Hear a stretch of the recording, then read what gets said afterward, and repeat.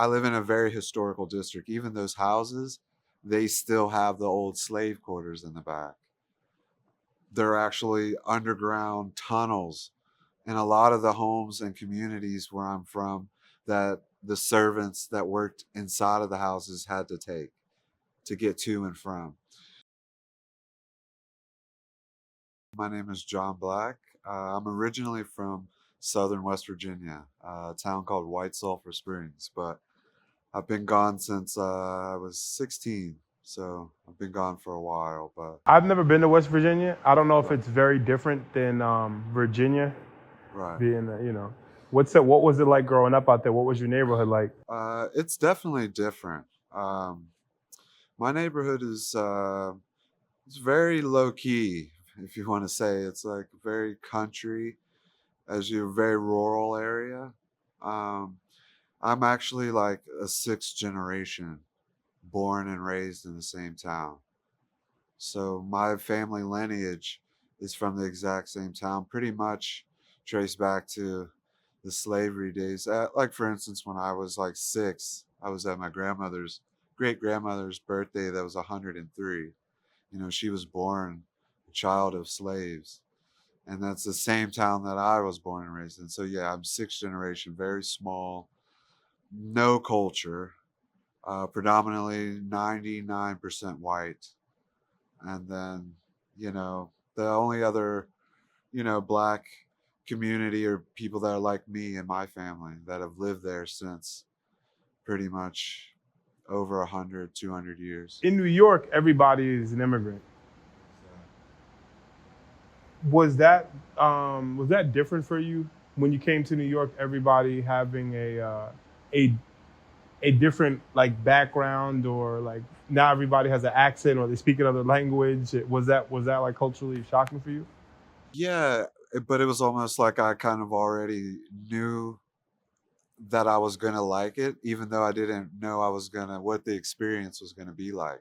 I actually, prior to moving to New York, I was living in Orlando, Florida for 5 years.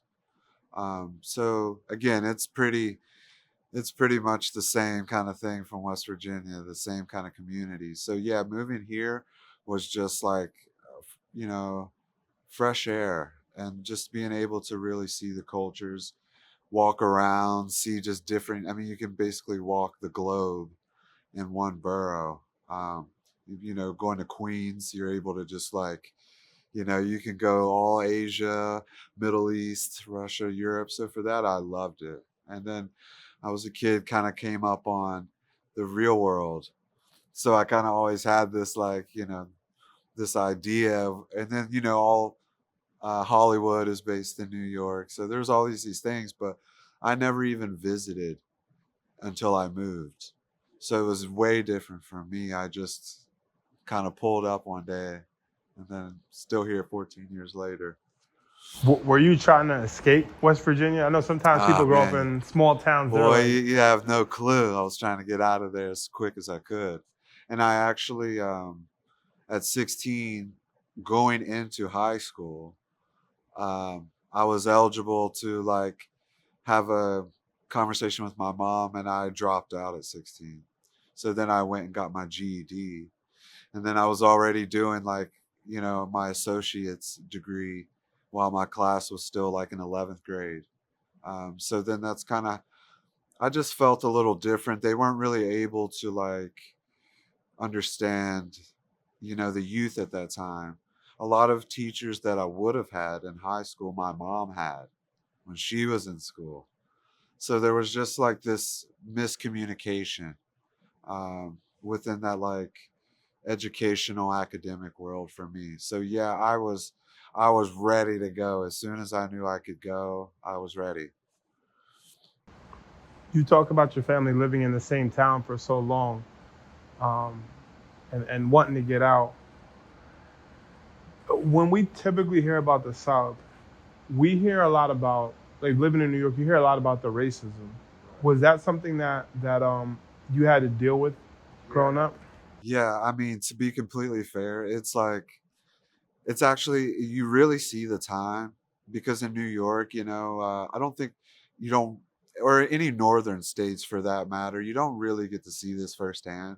And for me, it was a real big eye opener once leaving, because you realize that you're in like an extremely racist, bigoted environment. And I grew up in that. And but it's weird how, you know, like Confederate waving people say that the flag is tradition. To be in a racist environment is almost traditional to me. You're just so used to it. For instance, where I'm from is the largest Confederate cemetery is in my town. The largest Civil War battles were taking place in my town, in my county, in the surrounding towns around. So, like, even I live in a very historical district. Even those houses, they still have the old slave quarters in the back. They're actually underground tunnels in a lot of the homes and communities where I'm from that the servants that worked inside of the houses had to take to get to and from. So yeah, I mean, I'm very, and I live on the most southern border of West Virginia. So like a stone's throw away is Virginia. So yeah, it is extremely, extremely racist, because that line is where in 1964 the succession happened. For Virginia succeeded from Virginia to become its own state. 1860. 1864, rather. Sorry about that. Yeah. Somebody's gonna be in the comments like, Yeah, right. It'd be like that. What? But you would think once you go there, you're like, man, because I go back now and I'm still like, still surprised. There's really no, you know, it's pretty much the same.